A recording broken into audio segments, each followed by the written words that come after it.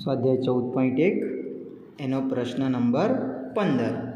ચલો જુઓ, 5 ચોકટના પત્તા, 10 ગુલામ, રાણી, રાજા અને એક્કો એ તમામના મુખ નીચે તરફ રાખીને સરખી રીતે ચીપેલા છે।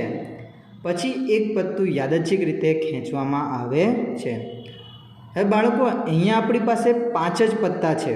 આગળના દાખલામાં 52 પત્તા હતા, બરાબર, પણ અહીંયા આપણી પાસે 5 જ પત્તા છે। તો સમગ્ર ગણતરી આપણે માત્ર 5 પત્તા માટે જ કરવાની છે।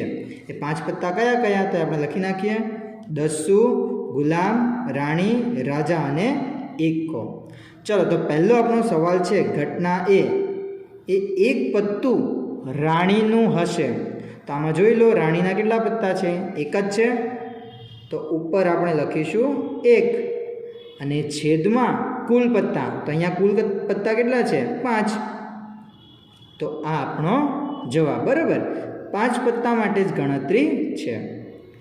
હવે એની પછીનો જે પ્રશ્ન છે થોડોક સમજીએ। તો એમાં આપણને શું કીધું છે? બીજી ઘટનામાં રાણીને કાઢીને બાજુએ મૂકવામાં આવે છે। એટલે રાણીનું પત્તું આપણે હટાવી દેવાનું। તો જો રાણીનું પત્તું આપણે હટાવી દઈએ તો કયું પત્તું વધે? 10 ગુલામ, રાજા અને એક્કો। ચાલ, તો હવે એમાંથી કોઈ એક પત્તું પસંદ કરવાનું છે। તો તે પત્તું એક્કો હોય એને આપણે શું નામ આપી દઈએ? ઘટના બી। તો આમાં એક્કા કેટલા છે? એક જ, તો ઉપર આપણે લખીશું 1 અને છેદમાં 4। એમાં જ બીજી ઘટના છે, એને આપણે ઘટના સી કહી દઈએ। પત્તું રાણીનું હોય તો બાળકો, રાણીનું પત્તું તો આપણે બાજુ પર મૂકી દીધું છે, એટલે આ ઘટના કેવી થઈ? અશક્ય ઘટના। તો અશક્ય ઘટનાની સંભાવના કેટલી થાય? 0। ત્યારબાદ દાખલા નંબર 16। ખામીવાળી 12 પેન આકસ્મિક રીતે 132 સારી પેનની સાથે ભળી ગઈ છે, બરાબર। એવું શક્ય નથી કે કેવળ પેનને જોઈને જ કહી શકાય કે પેન ખામીયુક્ત એટલે ખરાબ, યુક્ત એટલે ખામીવાળું છે કે નહીં। હવે એક પેન યાદચ્છિક રીતે કાઢવામાં આવે તો તે પેન ખામી રહિત, રહિત એટલે વગરનું, ખામી વગરનું, યુક્ત એટલે ખામીવાળું અને રહિત એટલે ખામી વગરનું એટલે સારી પેન, બરાબર।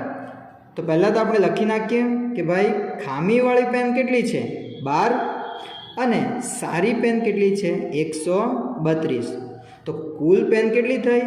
12 પ્લસ 132 બરાબર 144, બરાબર। હવે આપણો પ્રશ્ન શું છે? પેન ખામી રહિત, તો એને આપણે ઘટના એ કહી દઈએ। ઘટના એ બરાબર પેન ખામી રહિત, રહિત એટલે કેવી? સારી। તો આમાં જોઈ લો, સારી પેન કેટલી છે? 132। તો અંશમાં આપણે લખીશું 132 અને છેદમાં કેટલા લખીશું? કુલ પેન 144। હવે આના છેદ કઈ રીતે દૂર થશે? તો બાળકો, 132 એટલે 12 ગુણ્યા 11 થાય અને 144 એટલે 12 ગુણ્યા 12, તો 12 ઉડી જાય તો કેટલા વધે? 11 છેદમાં 12। હવે આ એક્સ્ટ્રા પ્રશ્ન છે, અંદર છે નહીં, પણ આપણે ગણીએ। ઉપરનો પ્રશ્ન પેન ખામી રહિત એટલે સારી પેનનો હતો, તો નીચે આપણે કયો પ્રશ્ન લઈએ? ધારો કે ઘટના બી બરાબર પેન ખામીવાળી છે, બરાબર। તો ખામીવાળી પેન કેટલી છે? 12। તો અહીંયા આપણે ઉપર લખીશું 12, પણ છેદમાં આપણે કેટલા લખીશું? કુલ પેન 144, એટલે હવે 12 એકા 12 અને 12 ગુણ્યા 12, 12 ઉડી જાય એટલે શું જવાબ આવે?